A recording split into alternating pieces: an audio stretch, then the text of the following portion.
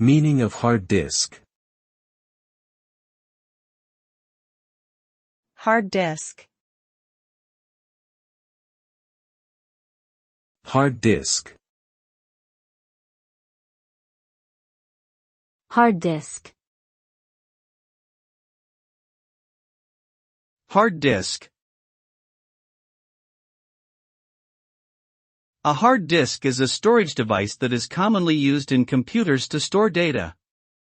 It consists of one or more platters, which are coated with a magnetic material that can hold data.